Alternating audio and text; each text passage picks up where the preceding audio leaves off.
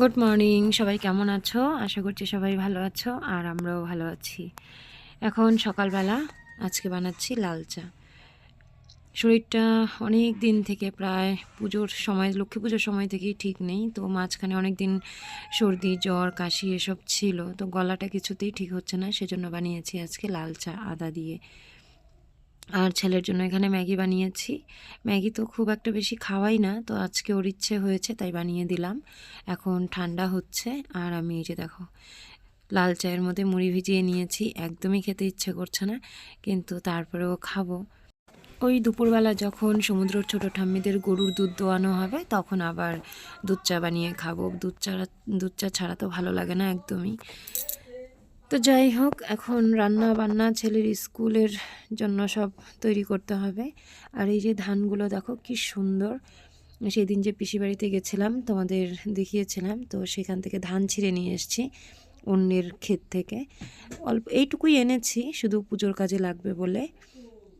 আর এখানে দেখো এই যে ঘুঘু পাখি দুটো কত সুন্দর করে বসে আছে, কিন্তু ওরা কিন্তু মহা সমস্যায় পড়েছে। খাঁচার মধ্যে ডিম, মানে বাসা বেঁধেছে, বাসায় ডিম পেড়েছিল, সেই ডিম নিচে পড়ে গেছে।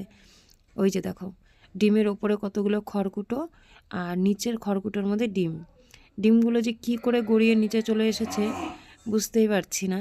তো এখন ওরা তো ডিম খুঁজে পাগল হয়ে যাচ্ছে, কিন্তু খুঁজে পাচ্ছে না। তারপর বুঝতে পারলাম যে ডিমগুলো নিচে পড়ে গেছে। তো এখন এই যে সমুদ্র ঠাম্মিকে বললাম, মানে ওর ছোটো ঠাম্মিকে বললাম যে কোনো একটা ব্যবস্থা করে দাও। তো উনি বলছে যে ডিম যদি মানুষের ছোঁয় তাহলে ওরা আর মানে বাচ্চা ফোটাবে না, এগুলোর থেকে মানুষের ছোঁয়া লাগলে নাকি সেগুলো আর ওরা ছোঁয় না। তো বললাম হাতে না ছুঁয়ে যদি কোনো ব্যবস্থা করে করা যায়, তো সেই জন্য এই যে দেখো বাঁশের বাতাতে করে তারপরে যেরম করে তুলে দিচ্ছে। যা হবে দেখা যাবে। একটা সন্তান মানে সবারই তো একটা আশার, মানুষও যেরকম পশু পাখিও সেরকম। তো সেজন্য দেখা যাক কি হয়, তুলে তো দিচ্ছি। ঘুঘু পাখি দুটো আমাকে খুবই বিশ্বাস করে, একদম দেখতেই পাও তোমরা ভিডিওতে। পারে তো আমার হাতের থেকেই খায়। তো ওদের এই সমস্যাটা দেখে আমার আর ভালো লাগলো না, সেজন্য আমি বললাম যে একটু তুলে দাও, যদি বাচ্চা ফোটায় ফোটাবে, না ফোটালে কিছু করার নেই। কিন্তু কেমন করছে ডিমগুলো পাচ্ছে না বলে।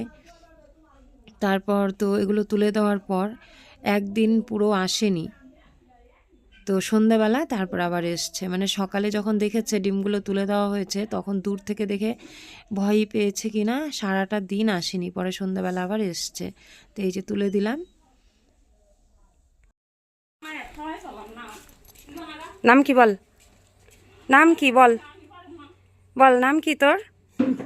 ওই ওই অর্ণব, এটা অর্ণব বাবু, অর্ণব বাবু। এদিকে তাকা, এদিকে তাকা, এদিকে তাকা, বড় হয়ে দেখবি তুই।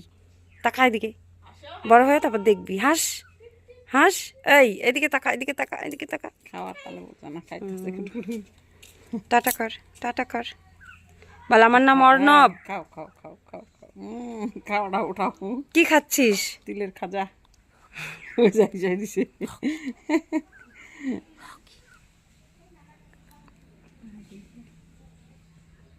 দাদা কই রে? এই পরম কই? পরম পরম, এইদিকে, এই যে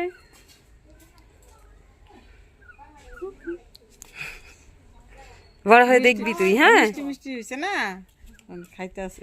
সমুদ্র ছোটবেলার ভিডিওগুলা সমুদ্র দেখে আর কয় তাই মামা আমি এরকম ভাবে কথা বলি। তুতলায়, এই টাকা। ওই যে ওই যে ওই যে ওইদিকে ওইদিকে ওইদিকে, হ্যাঁ খাচ্ছ তুমি। বাজার থেকে মূলো শাক নিয়ে এসছে, তো মূলো শাক ভাজা করব। আর এই যে এখানে পেঁপে, আলু, কুয়াশ, ডাঁটা এসব দিয়ে ওই যে আমাদের বাঙাল তরকারি রান্না করব আর কি, যেটাকে আমরা নিরামিষ বলি, হলুদ ছাড়া। তো জল দিয়ে দিলাম এখন। আর এখানে ভাত বসিয়েছি, তরকারিটা রান্না করব গ্যাসে। ভাতটা কোনো মতে আর কি মাঝে মাঝে উনুনে রান্না করি, লাকড়ি তো একদমই নেই, তো উনুন ভিজে যাবে না হলে জল টেনে টেনে। সেজন্য একটু একটু লাকড়ি জোগাড় করে ভাতটা শুধু উনুনে রান্না করা হয়। আবার যখন সুপারি কাটা আরম্ভ হবে তখন আবার আমাদের লাকড়ির অভাব দূর হবে। তো এই যে দেখো রান্না করেছি। দেখতে যেমনই হোক না কেন খেতে কিন্তু খুবই সুস্বাদু হয়, মানে আমাদের কাছে ভালো লাগে। সমুদ্রের পাপা দুদিন আগে এই ড্রাগন ফলটা এনেছিল, তো এখন কাটছি। কি সুন্দর, वाह क्या सुंदर है। খাওয়া তো দূরে থাক, বাপের জন্মে চোখেও দেখি নাই। আমি আমি একবার খেয়ে দেখি। সাদাও হয়, দাঁড়াও বাবা, দাঁড়াও দাঁড়াও দাঁড়াও, আমি কেটে বের করে দিচ্ছি, দাঁড়াও। সাদাও হয়, লালও হয়। वाह क्या কিছু একটা আনো। একবার টেস্টি। কার কাছে কেমন লাগে জানি না, কিন্তু ফলটা দেখতে যত সুন্দর আমার কাছে একদম ভালো লাগেনি খেতে। তো প্রথমবার বাড়িতে এনেছে আর প্রথমবার খেলাম, বলতে পারো প্রথমবার চোখেও দেখলাম। এমনি গোটা ফলটা দেখেছিলাম কেরালাতে, কিন্তু কাটার পর ভেতরটা কেমন সেটা কখনো দেখিনি। গত দুদিন আগেই ফলটা এনেছে, কিন্তু খাওয়া হয়নি।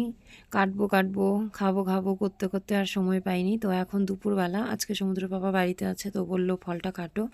তো কাটলাম, দেখে মন ভরে গেছে যে এত সুন্দর, কিন্তু খেতে একটুও ভালো লাগেনি। আমাদের বাড়ির কারোরই পছন্দ হয়নি, সবাই একটু একটু মুখে দিয়েছিলাম, অবশেষে বেশিরভাগটাই ফেলে দেওয়া হয়েছে। তো যাই হোক, তোমাদের কাছে ড্রাগন ফল কেমন লাগে কমেন্ট করে জানিও। ভিডিওটা আজকে এখানেই শেষ করলাম। সবাই ভালো থেকো, সুস্থ থেকো, দেখা হবে পরবর্তী কোনো ভিডিওতে।